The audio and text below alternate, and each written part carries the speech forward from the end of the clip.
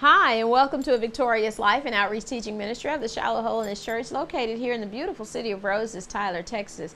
I'm your host, Lori Stimson Ortega, and as always, we want to say thank you for allowing us to come into your homes by way of Southern Link Media.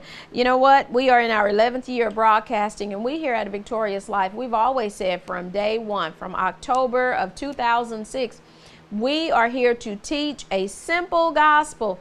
And because the life-changing gospel of Jesus Christ, it was so simple. And it's our goal here to teach that gospel in all of its simplicity so that you'll understand. Even though it's simple, when you apply it to your life, to your situation, it will yield and produce profound results. And we've been blessed to be able to do that for these past 11 years. So we're excited about that. I do want to send a very special thank you to Smith Temple Church of God in Christ, located on Walden Road or Walden Drive, where the pastor is the Dr. David R. Houston and Sister Brenda. I always say Brenda Williams, but I can't think of her her married name.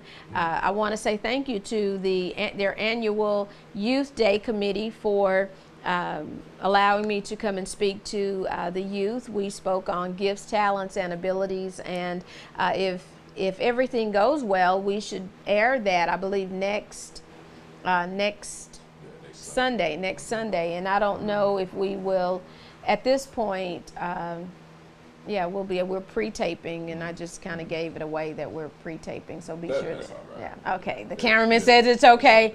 It's okay. And that was not for the Kappas. That was like the okay sign. Okay. My nephew is a Kappa, and he's like, oh, I like how you did a shout out to the Kappa Nation. I'm like, no, I'm not shouting out to the Kappas, although we do love our Kappa attorney, Ty Stimson. Okay. All right. That was my keep it moving. Okay. So with that said, we want to remember September 11th. We're going to kick off the Fall Bible Study Series. We're still deciding where that's going to be. I'm sure it's going to be at 411 West Front, but we are still believing the Lord that He will give us a more central type location as to where, in reference to where people are traveling to come to the Bible study. So we want to say, be mindful of that. Mr. Cameraman, did we thank the North Star Baptist Church for hosting the class of 87? I don't know if we did. Let me say that. I don't think we did. Let me say that. We want to say thank you to the North Star Baptist Church membership and to their pastor, Dr. Gerard Mosley, I believe, for actually hosting the class of 87, our 30th year reunion. Our class, they hosted our class for the Sunday morning service, where our classmate, Reverend Eric King, was the guest speaker. So we want to say thank you to the membership, and as they say in Baptist Church, to the deacon board, to the chairman of the deacons, Mr. Lee Williams, on behalf of Kendrick and myself, and to his wife, Miss Alnita Williams, on behalf of the infamous Lori Stimson Ortega and Kendrick Henderson, we want to say thank you. Now, I was not on the committee, so I guess on behalf of Kendrick and the committee. That's okay. That's fine too. You did it. You But yeah, so we want to say thank you. So if y'all see any members of the North Star Baptist Church, be sure to tell them, send our heartfelt thank you. All righty. With that, I guess we can proceed. Mm-hmm. All right. We have been talking about the call. On last week, what was the one, the call to follow? Following the call. Following the call. That was part one of last week. And now part two, we're going to talk about a reason to follow. Now, we're going to hop over we're going to chapter 2, but we're going to pick up at verse 47 in chapter 1. Jesus saw Nathanael coming to him and saith of him, behold, an Israelite indeed, in whom is no guile. Jesus was saying to Nathanael, you know what? you have no poor ill will, no hard feelings, no, this is a person who does not seek to harm other individuals. He was saying this is a person that is pure. They have a pure mind, a pure heart, a pure motive. And he was saying, when he said, behold, an Israelite indeed, he was saying, here's a man that has followed the Mosaic law to a letter, to a T. Here is a religious man. He's not only is he a religious man, but he also has a good heart. Verse number 48, Nathanael saith unto him, whence knowest thou me? Like, how do you know me? Okay, how do you know who I am? Jesus answered and said unto him, before that Philip called thee, when thou wast under the fig tree, I saw thee. Now, this is powerful, because Jesus was saying to Nathanael, okay, before Philip went and got you, I saw you under the fig tree. Now, this is what is powerful about that. You've got to understand the significance of fig trees in the ancient world and in the Old Testament and the worship, the worship aspect.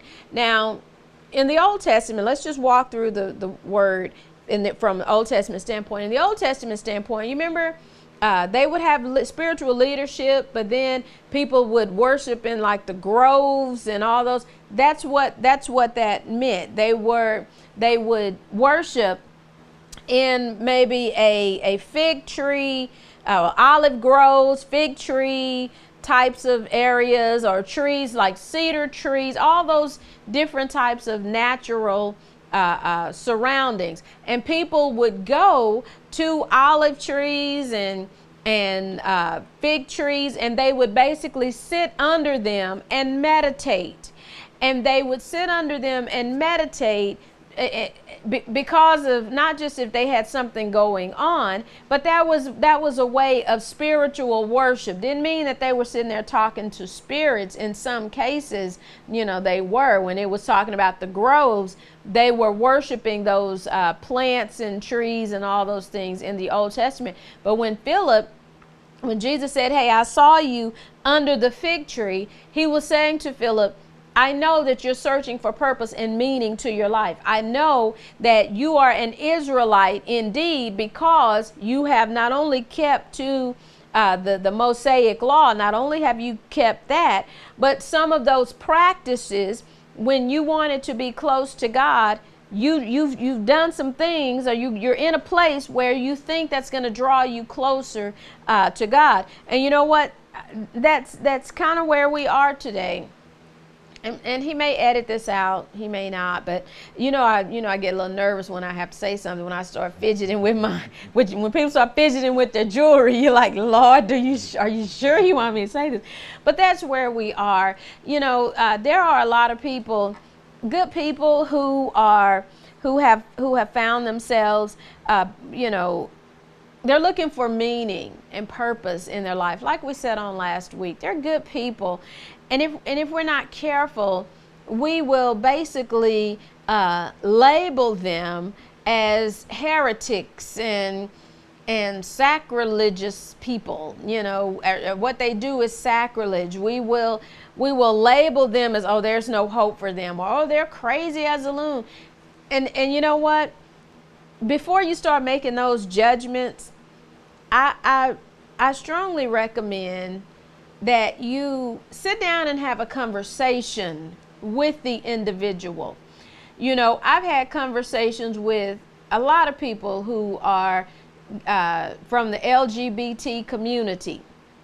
I've sat down, things I don't understand, I don't know, I don't pretend to know them. The older you get, you're able to filter, or you should be able to filter through foolishness, what relates to you, what is not important. And from a spiritual standpoint, you should know your purpose. So when you're put in situations, people are brought into your lives, it's not for you to automatically write them off. It's for you to see, hey, hear what the person has to say. Why do they think that way? How did they get involved in that? How'd that happen? So again, I've had conversations with several people in the LGBT community. They weren't trying to change me to their way of thinking. Now me, I'm gonna tell you, Mr. Cameron, I was trying to evangelize, but I wasn't quoting scriptures and bringing out Pompeii olive oil. It wasn't anything like that. It was hey, how did you get to this point? What was the trigger that pushed you basically over the edge? When did you realize, wait a minute, this isn't, I want to do my own thing. And so too with people who are alcoholics, people who are prostituting, and not all prostitutes are walking the streets. Okay, some of them are working jobs, and everything. But I've had conversations with a myriad of people so that I could try to make sense of what they were going through when they went through what they were going through. And if that makes any sense, it makes perfect sense in my mind. But what I've discovered again is that there are good people who have just been misguided. The enemy has misguided them and distracted them.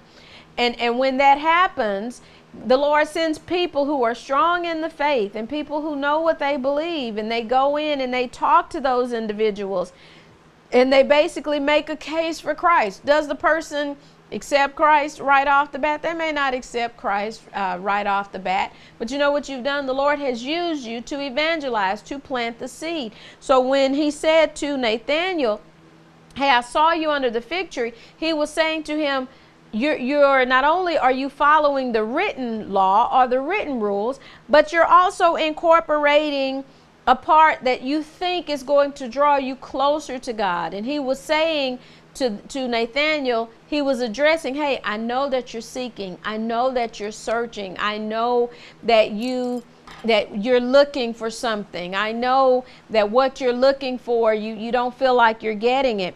And look at what it said. It says, verse 49, Nathanael answered and saith unto him, Rabbi, thou art the Son of God and art the King of Israel. Even before Peter said what he said, here Nathanael is saying who Jesus is, even before Peter. Okay, so when Jesus said that to him about seeing him under the fig tree, it let Nathanael know, hey, he has searched my heart. He searched every part of who I am. He knows everything about me. Nathanael knew instantly after Jesus said that. Verse 50, Jesus answered and said unto him, because I said unto thee, I saw thee under the fig tree, believest thou? Thou shalt see greater things than these. So Jesus was saying, okay, so let me get this straight. So you're saying, because I saw you under the fig tree, and because I knew you were meditating, and because I knew certain things about, that I knew you were keeping the law and all that, you're saying you're believing in me because that's what I said to you. And look at what he said. He says, you're going to see greater things than these. He was saying to Nathanael, it's more than what you see now. It's more than you sitting under a fig tree, and maybe at that time you were saying, Lord, I need a sign. I need to know this is what, which way to go, which direction. So when Jesus referenced the fig tree, Nathanael automatically believed and figured out who he was. Jesus was saying, wait a minute, don't just believe it. Don't just believe wholeheartedly because of that one incident. He's like, when you follow me, I'm going to show you some things to prove to you who I am and what I came here for. Now, that's something I do want to say in reference to where we are in the religious community. There comes a point where, we how can I say this, Mr. Cameraman? Just say it. There comes a point where, once again, we got to stop throwing out all these blanket statements when music is going, okay?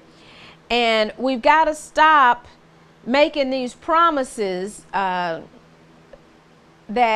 God is going to do something when we haven't sought the Lord or acknowledged him to get direction. I was watching this, Fabian had a, Mr. Cameron, this will be of interest to you. You'll pull it up. I know you'll run with this. He pulled up somebody sent him a video on Facebook. And on this video, it had some church, I want to say in Chicago or Detroit. You know, both of those are in horrible economic and just conditions. And I'm not saying anything that wrong with living there. I'm just using that for the video. This group that had gone to church, did you see that video?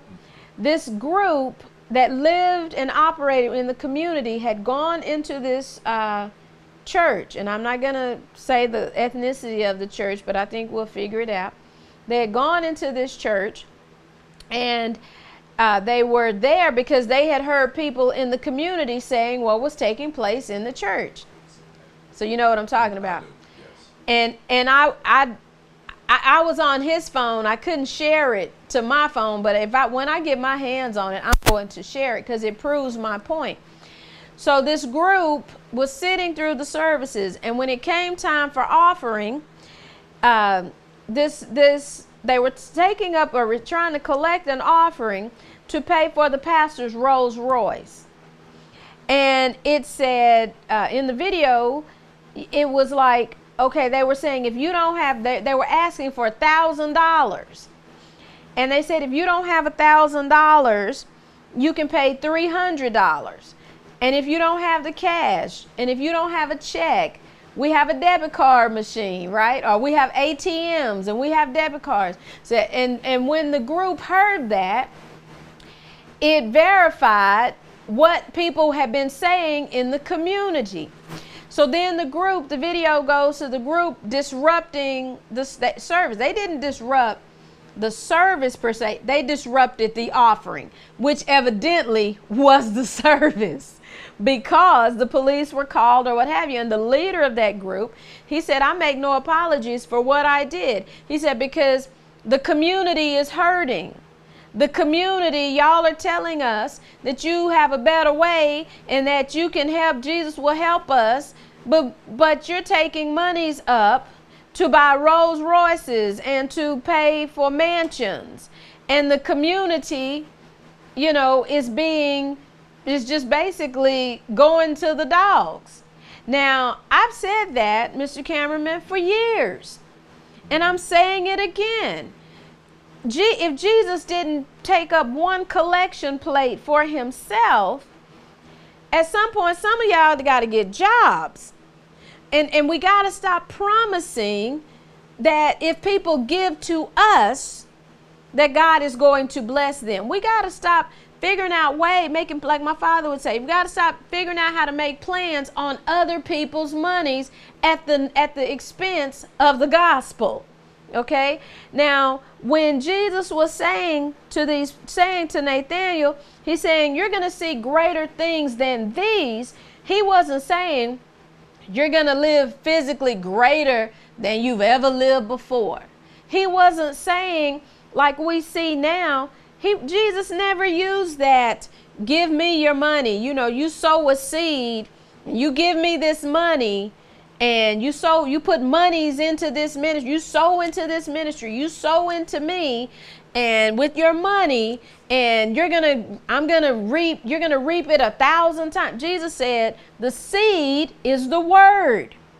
The word is what convicts and changes and transforms by conforming. The word does that. No amount of money that's collected in any offering plate can do those things. Now, I guess I'm a little old school. I think if the congregation cannot warrant, if and that's a whole nother issue, Mr. Cameron. Let me know if I'm chasing a rabbit.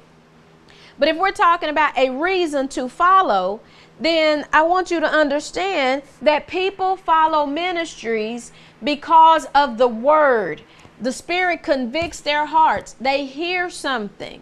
They hear the word. The word changes you. The word, it changes every aspect of your life. If you were poor before you came to the Lord and you accepted Christ, and 5-6 years later into it, you're still poor, before you start blaming the enemy, you need to hear what kind of word is being preached and taught to you. Okay? What's the top priority? If the top priority is every other month, you know, you're having some type of meeting a pack-a-pew, pack-a-pew, usher day, choir day, anniversary, 40 acre and a mule day, candle day. Okay.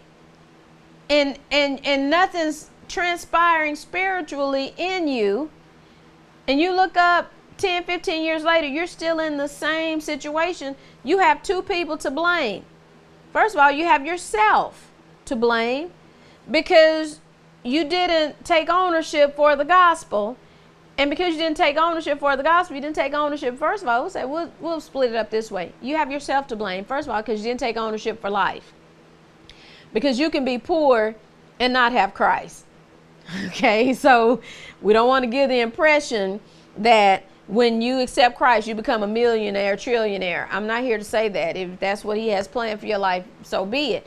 But when you look up and you realize, wait a minute, I am still in this same spiritual, physical, emotional, financial state that I was when I first came to the Lord. Look at yourself first. Do I work on a job? Am I productive in life? You know, have I taken ownership and accountability for life? If you haven't taken ownership and accountability for life, then you can't blame anybody else but yourself. The second thing is, if you have been sitting under a ministry for 10, 15, 20, 30 years, and you look up and you're still in the same situation, then you've got to add, the question then becomes, what gospel is being portrayed? Am I wrong for saying that? What are you hearing?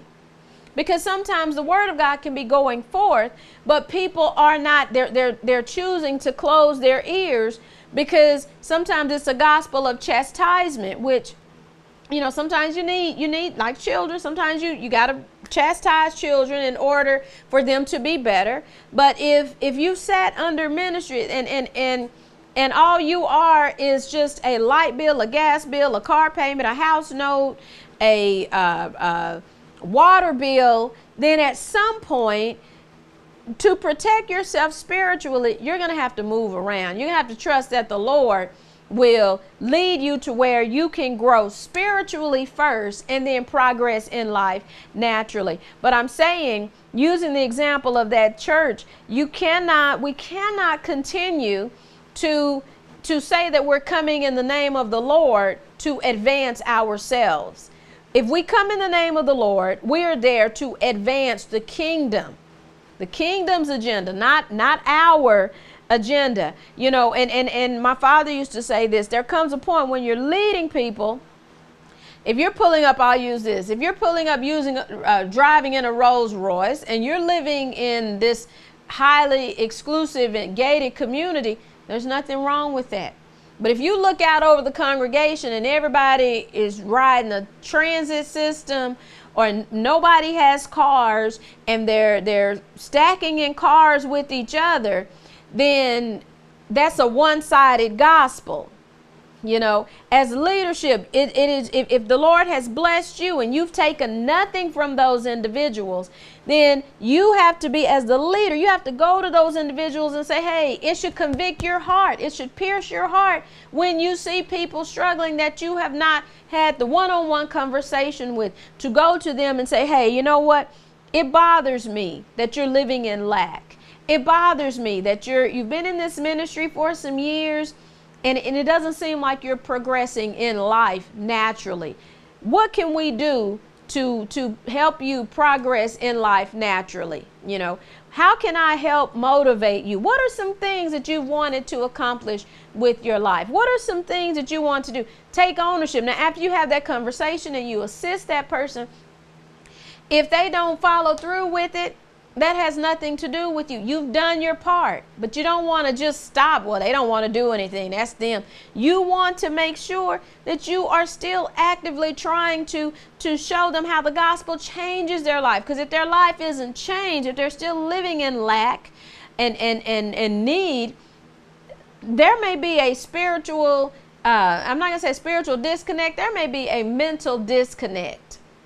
And that's when, again, that's why it's important and imperative for pastors and leaders to make sure that you have your study time with the Lord, that you have your own meditation and your prayer time and all of that as an individual with the Lord, so that you can be able to really help the people when they come out for help. And that's something, again, that when Jesus said, hey, you're going to see greater things than these, he was not promising any of those men or anybody that followed him a lap of luxury lifestyle. Again, Mr. Cameron, am I saying, or am I conveying that I do not have a problem with wealthy people or you, a person gaining wealth? I think the Lord has given all of us gifts, talents, and abilities to live by. And some of those gifts, talents, and abilities, you can earn a profit and live well, but not at the expense of taking advantage of people.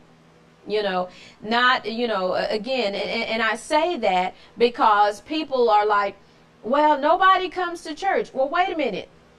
The harvest, hey, seeds of the word have been planted. So given the society, people want truth.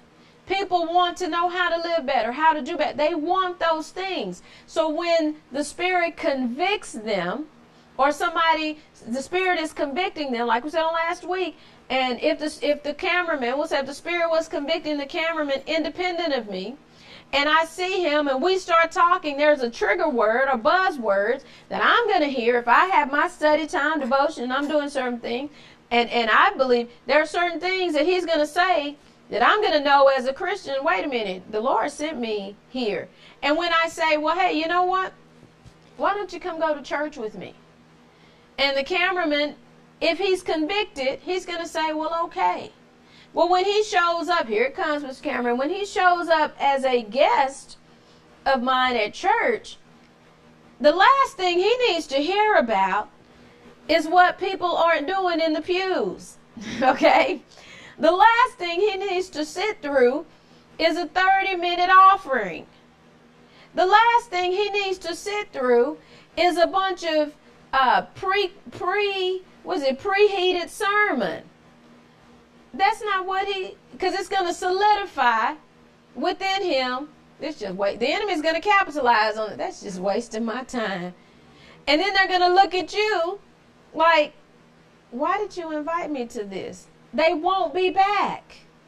So again, when Jesus said greater things, he wasn't talking about just the physical side of getting money, getting paid, paying bills. He wasn't talking about that. He was talking about things that were so much more. Verse 51, and he said unto him, verily, verily, I say unto you, hereafter ye shall see heaven open and the angels of God ascending and descending upon the Son of Man. This wasn't just something Jesus said haphazardly. He referred back to a story, since he knew that Nathanael was a devout Israelite, or a devout Jewish person who followed the Mosaic law.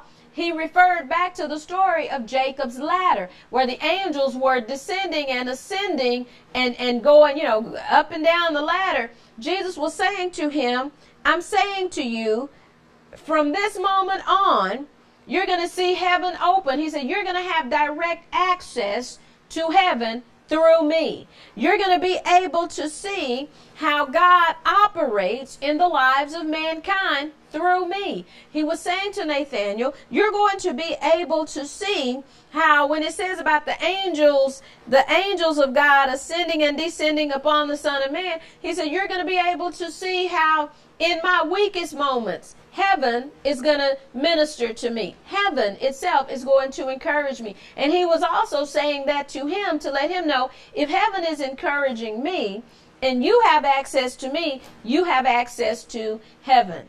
Okay? If you have direct access to me, you have direct access to heaven. So he used that because it was a reference to a story that in Judaism, they hold to that story. They hold that story in high regards. So when Jesus said that, he wasn't just throwing words out. He was saying things that triggered Nathaniel's heart. And he said that because he knew that Nathaniel wanted to have that experience that Jacob had, not seeing angels walking up and down, but having access to heaven. So when we understand all of John chapter 1, then then we get into a reason to follow. All right. And that was the ending part of verse 51. Let you know this goes into the reason. Now in John chapter 2, it talks about the miracle of the water, okay, the turning water into wine. And I know we are all familiar with that story. So I just want to pull out some elements. And I want to pull out some elements and expand on some of the elements, because on last week, what was it? A call to follow? Following the call. Following the call. Now, we're talking about the call, so we're talking about following, and today we're going to talk about a reason. And I want to merge those things, because when you follow, that means you don't take on a leadership role. That means you have basically turned your life over. So a call to follow. Jesus called those men to turn their lives over to him, meaning to live in submission to him. Now, that was John chapter 1. And what's interesting about the formatting of not just John, but of the Gospels, the first thing you get is the call. You cannot not be called. Okay, so now that we understand the call, look at the reason. Now in John chapter 1 verse 51, Jesus revealed to Nathanael, hey, you know what? Again, from this moment on, you're going to see heaven open, and you're going to see the angels of God ascending and descending upon the Son of Man. But here we find in John chapter 2 the reason why he called them. Even in this simple miracle, there's so much symbolism in this miracle. And the third day there was a marriage, John chapter 2 verse 1, and the third day there was a marriage in Cana of Galilee, and the mother of Jesus was there. And both Jesus was called and his disciples to the marriage. Now, there's speculation as to when this miracle took place, because of the time frames in which he called them, and then the placement of the different gospels. Some of the gospels will say, like Mark, they're saying that Mark was written before Matthew. So there are some things, and I want to point that out, because when you're reading the gospels, it didn't happen like boom, boom, boom, boom, boom. Didn't happen that way. Though some of those books were written first, it was simply organized a different way. So Jesus shows up at this wedding. And not only Jesus showed up, but these individuals that he's called. Now, the reason I say this is because you don't know, because of the placement of this book and the writing, the time frame in which it was written, you don't know if it was all 12 of them or if it was just the ones that he had initially called. Now, I think it was just Andrew, Peter, Nathaniel, and Philip. But there's also an unnamed disciple, which of course, theologians have said is John. So quite possibly John, of course, was there as well, because he would not be able to have written his book had he not technically experienced it. And that's another point I want to plug in. The disciples, they experienced him firsthand. The Apostle Paul experienced, he could have seen Jesus and listened to him and heard him from afar, but he did not experience him physically, meaning he was not a part of the inner circle. So if you'll notice in his writings, in Paul's epistles, and he didn't write from a first-hand physical experience of being with Jesus, but he wrote from a spiritual standpoint of experiencing him. So that's important for you to understand. So they're at this wedding in verse 3, and when they wanted wine, the mother of Jesus saith unto him, they have no wine. Jesus saith unto her, woman, what have I to do with thee? Mine hour is not yet come. Now, I want to make a point about marriages, Jewish marriages during this time, and I'm sure that may still be the case in Israel or Jerusalem. I don't know. I've never heard of any of the Jewish weddings that I've been invited to here in the U.S. It has not been a 7-day thing. It's just been like a 2-day thing. But I'm sure the Orthodox Jewish people probably still hold to the tenets of that. I just have yet to be invited to an Orthodox Jewish wedding. But weddings during this time, during the time of Jesus, especially Jewish weddings, they lasted for 7 days, and there were really 3 parts to the wedding. First of all, you had to have the escort of the bride and the bridegroom. You had to have that, and then you had like a 7-day feast and leading up to the marriage ceremony, and then you had the ceremony itself. And there was a part during that 7 days where the bridegroom would go and steal the bride and all those different things. So there were a lot of customs, but the point is, a Jewish wedding back then, you couldn't just say, well, we get married on a Saturday, and you not have made provisions. Kind of like weddings now. Back when I was a kid, it seemed like it took forever for a person to get married, because it just, I guess times were there, things weren't as accessible, but now you can basically put a wedding together in the course of 2 or 3 days. If you have a venue, you get a caterer, you can, it's not as challenging. So during this time, that family, they had to have been planning for this wedding for, we'll say, the bride's family from the time she was a little girl, engaged to, someone. They had to start setting money aside, dowries aside, and planning for it. So on the day that it's time for the wedding to take place, Jesus's mother comes to him and says, hey, they have no wine. Now, I want you to think about Mary for an instance, and understand why she went and said that to Jesus.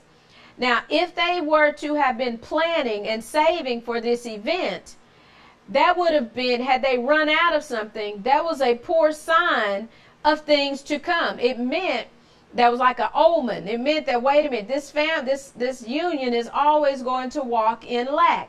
It was also a sign that the people, the bride's family, didn't have money.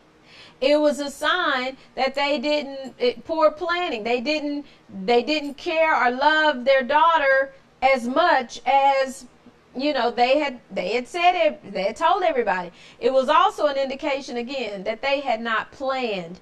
And if they ran out of something before that marriage was consummated, it was the bridegroom was within his right to say no, or his family to say no. We signed this contract, or we were with you under false pretenses. So when and that would make that family embarrassed. Now, when Mary found out that they didn't have any wine, notice nobody from the bride's family came and said to Jesus, we out of barbecue, we're out of potato salad, we don't have any of this. They didn't say that.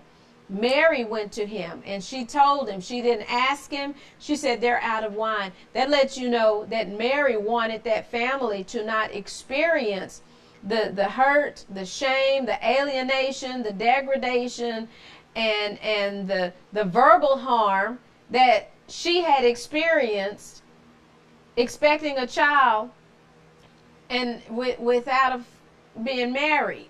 Right? Now, in today's society, that's something totally different. I was married when I got married and was having my children. It was still that element of embarrassment because people knew how babies was made. So you couldn't say no. They knew. You know what I'm saying? And I was talking to some coworkers that were one of a good friend of mine is expecting a baby, and she had on fitted clothes, and And it was like one of them said, back in the day, it's like being pregnant, it was an embarrassment, and like it was something to be shamed of, and they would wear clothes that were loose to try to distract. And I was standing there because I'm significantly older than them, and I said, well, yeah, I said, I'm here to say, yes, all my clothes were A-line, and I was wearing big t-shirts. No, we weren't walking around here in body conscious dresses, and stilettos. No, we weren't doing that. We were just, because it was still that element of innocence that the society wanted to protect, I guess, children from that. I said, no, we weren't taking pictures like Beyonce with our stomachs hanging out and holding our chest. No, we weren't doing that. We were now I never wore these, like, but people who have those baby on board and mother to be. No, I never wore those kind of things. I was trying to more of a Gap, Banana Republic person myself, trying to camouflage. But it was kind of like the embarrassment that was associated. Back when I was growing up, if a girl was, got pregnant in high school, the system would remove her and put her at another school until after she had her baby. Why? Because they didn't want the influence that, now I've had the opportunity of teaching kids. They going into their 8th month, and it's like, okay, you can't fit in a desk. Here, come sit in my chair, because the times have changed. But during this time, had it been made known that this family didn't have what they needed, they would have been embarrassed and ostracized and alienated and talked about. And Mary did not want them to experience the things that she had experienced. So she was trying to basically block them the hurt and the pain of being alienated. And you know what? As believers in Christ, the Lord sends us something. We have to be empathetic. Okay?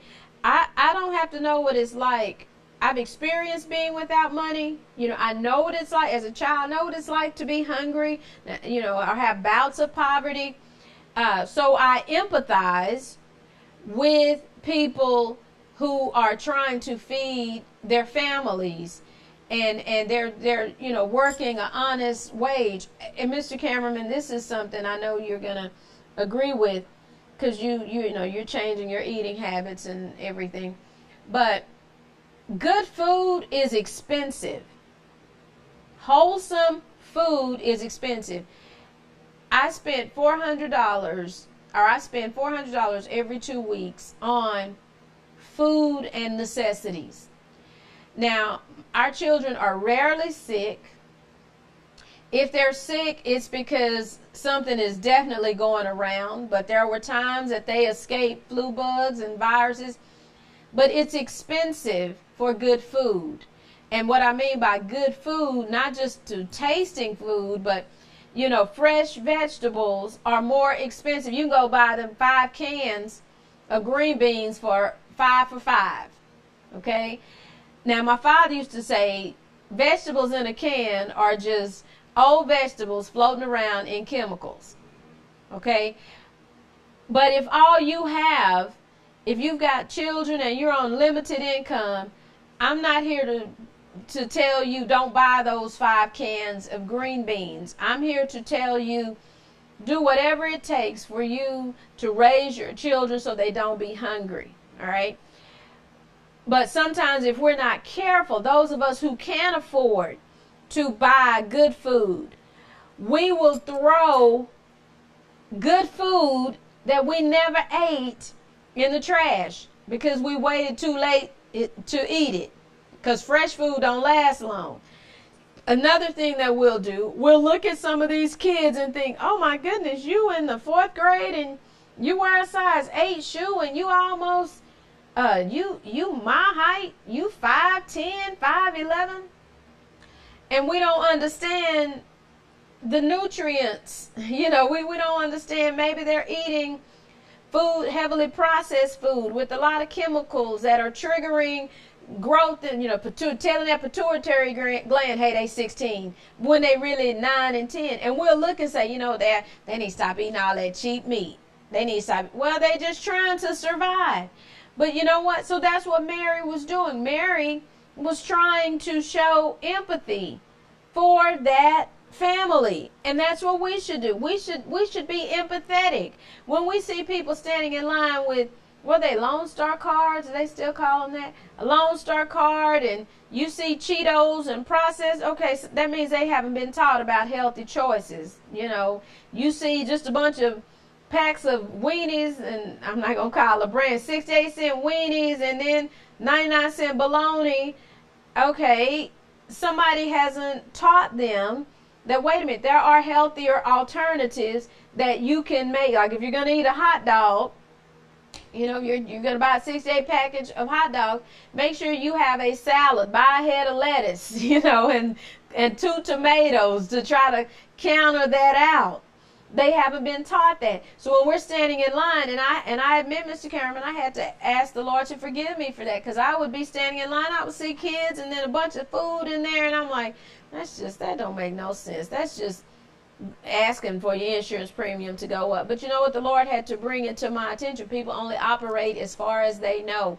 And if nobody has taken the time to explain to them the reasons you want to stay and eat healthy and all those things for your children, then they're going to keep doing that. So if you haven't said to them, hey, why not try this? Don't pass judgment. You just sit there and be happy that provisions are made for them to be able to eat. I've also stood in line, Mr. Cameraman, and the Lord had to help me with this too. I was standing in line behind a man one time, and he pulled out a Lone Star card. He was dressed nice, and he pulled out that card, and he had, conversation and everything.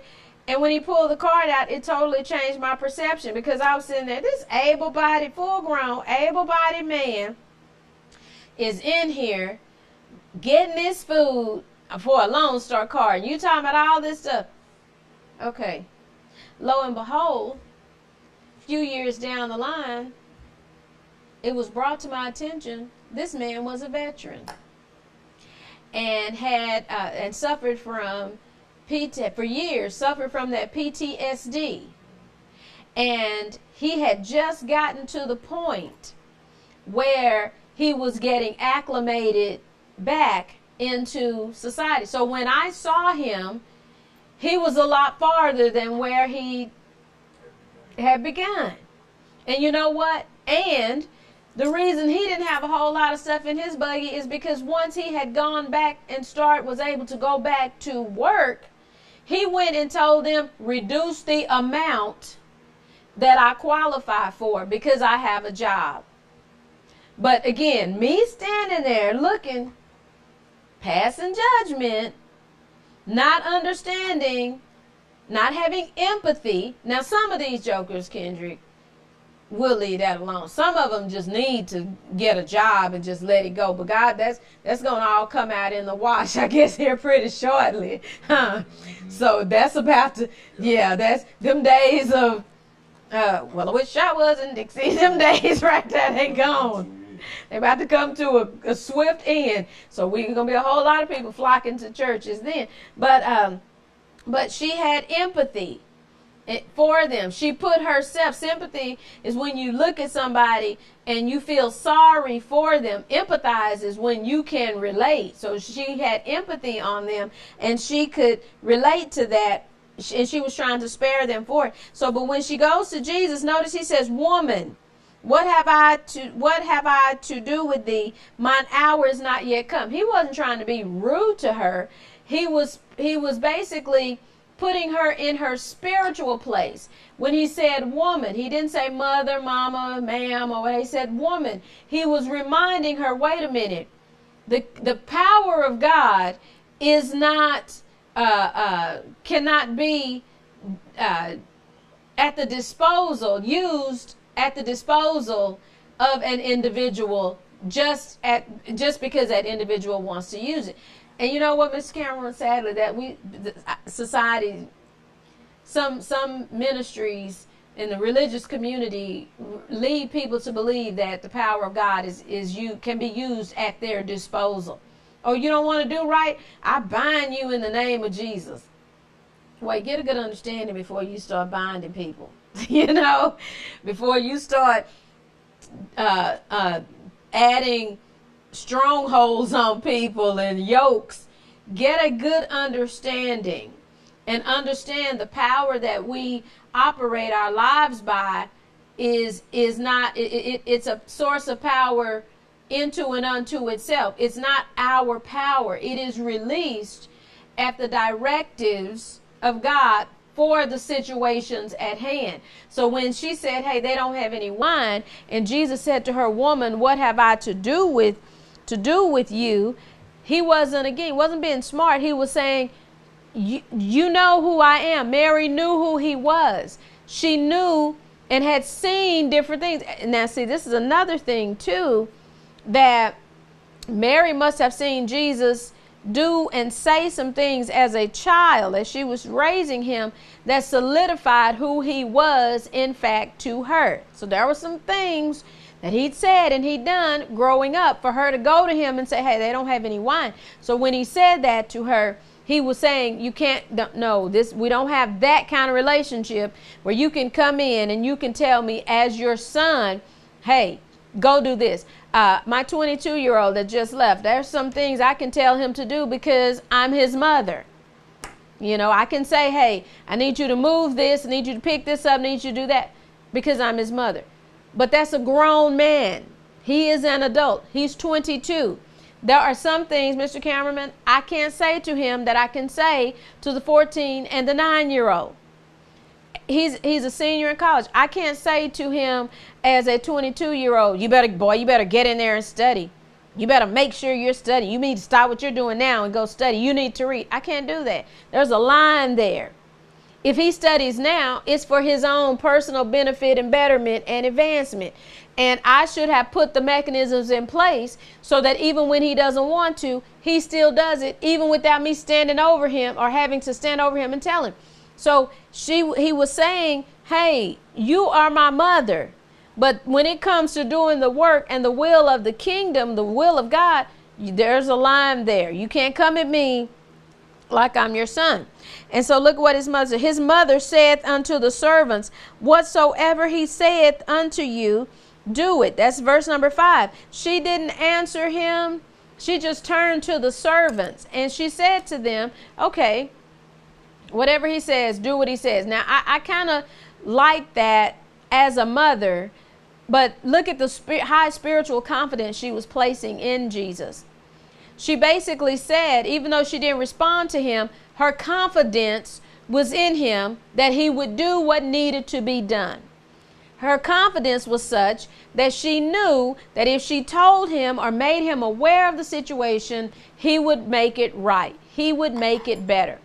That's what salvation does. When we accept Christ and we receive the Spirit, what are we saying by way of our actions? Hey, I'm giving my life to you. I'm surrendering my life to you. And because I have the confidence to believe you're going to make it right, I'm going to be better. You're going to do what you need to do in my life, and it's going to work out for the good. That's basically what her actions was saying. She wasn't trying to be disrespectful. She was just displaying her confidence in him, not as just his mother, but believing in him as to who he was. Verse number 6 and 7. And there were set there 6 water pots of stone, after the manner of the purifying of the Jews, containing 2 or 3 firkins apiece. Jesus saith unto them, fill the water pots with water, and they filled them up to the brim. Now, there's a lot of symbolism in verses 6 and 7. First of all, there were 6 water pots of stone. Now, when you understand biblical numerics, not biblical numerology per se, basically the same, not from the standpoint of chart and signs and all that, but when you understand the significance of the number 6, a lot of things happened using the number 6. On the 6th day, man was made. God rested on the 7th. So anytime you see a reference to the number 6, when it's read, in any of the scriptures, it's a reference to mankind. Okay, so you have 6 water pots of stone that are sitting there, and it also said that they were there for the manner of the purifying of the Jews. it was those 6 water pots were there for purification. Like there was a certain ritual that they used to purify themselves, to make themselves acceptable before God, and also whatever feast or religious days were there and other activities, that's what they would use. So those 6 pots were there for purifying of the outward side, trying to cleanse the outward side. Okay, you see how the symbolism is taking place. It was to cleanse the outward, wasn't doing anything for the inside. It was to make them outwardly acceptable. So this was just another religious act. So the water is there, and it says containing 2 or 3 firkins apiece. All right. So the water is there, and Jesus said to them, he tells them, fill the water pots with water. And look at what happened. They filled the water pots to the brim. They filled it to where it's eye level. Now, can you imagine those servants? Those servants are obedient to what he's saying to them, right? They're obedient. Verse number 8, and he said unto them, draw out now and bear unto the governor of the feast, and they bear it. So the servants saw that they took out water, and they took it. He told them basically, bypass the groom, bypass the bride, bypass other people. Take this directly to the person who is over or the head of the feast. When the ruler of the feast had tasted the water that was made wine and knew not whence it was, but the servants withdrew the water anew, the governor of the feast called the bridegroom. And basically he said to him, because of time, I need to condense it. He basically said, okay, you know what? Most of the weddings I go to, they bring out the good wine first, so that by the time it's kicked in, they're bringing out the cheap stuff. He said, but you've done the opposite here. You've saved basically the best for last. Now, this is what's powerful. It's powerful because after that, verse 11, this beginning of miracles did Jesus in Cana of Galilee, and manifested forth his glory, and his disciples believed on him. He gave them a reason to follow him, using that example in those pots, or this miracle. It displayed we should have empathy. We should be empathetic to the situations of mankind. We should take an interest. We should be empathetic and take an interest in them. And look at what it is. When man has done all that he can do, then he's in a good situation to be introduced to God. So you have those water pots that are sitting there for the outward purifying. And that's something that we really want to stress in our last minutes, that you can do all of these physical outward things. You can go to church, you can be an usher, you can be in the choir, you can be a musician or a singer and a deacon and all those things. You can do the outward appearances of religiousness, but you can't fake righteousness. Okay, you can't, no activity can help you fake righteousness. You've got to be purified and cleansed on the inside. You have to be restored back to God the Father through his Son Jesus Christ. And when you've done all that you can do, represented in those 6 water pots, when you've done all that you can do, you can fill yourself up with just things. You can fill yourself up with people. You can fill yourself up by going to places. But when you reach a point where you've done all that you can do and you're filled to the brim and there's nothing in there, look at what happens. You need Christ to come in and change you, to transform you from the inside out. And that water was transformed. And what's the power? We're going to talk about this on next week. The power of that transformation of that water is because he took something that man could not make a grape. Man could not make water. He took he took water and changed it to the opposite of what it had been created to be. So, and he also, without using an element of that fruit. So what is that saying? That's saying that we can reach a point in life. Every person on the face of the earth reaches a point in life where they fill themselves up with what they think is going to make them be and do better. But when you reach that point, every man, every woman, every boy, and every girl reaches a point in their lives where after they've done all that they can do, it takes the power of God to transform them from the inside out, to make them better and change them into what He would have for them to be. Well, you know what? I have so enjoyed the lesson. Just as I was about to hit that zone, He gave me the 1 minute mark. So as we always say, if you have Christ, you're already a winner. If you have the Spirit of the living God, you can face any challenge life throws your way. You can live a victorious life. Be sure to check us out on the web, and we'll see you next week. God bless you. I know who I'm living for. I know who I'm living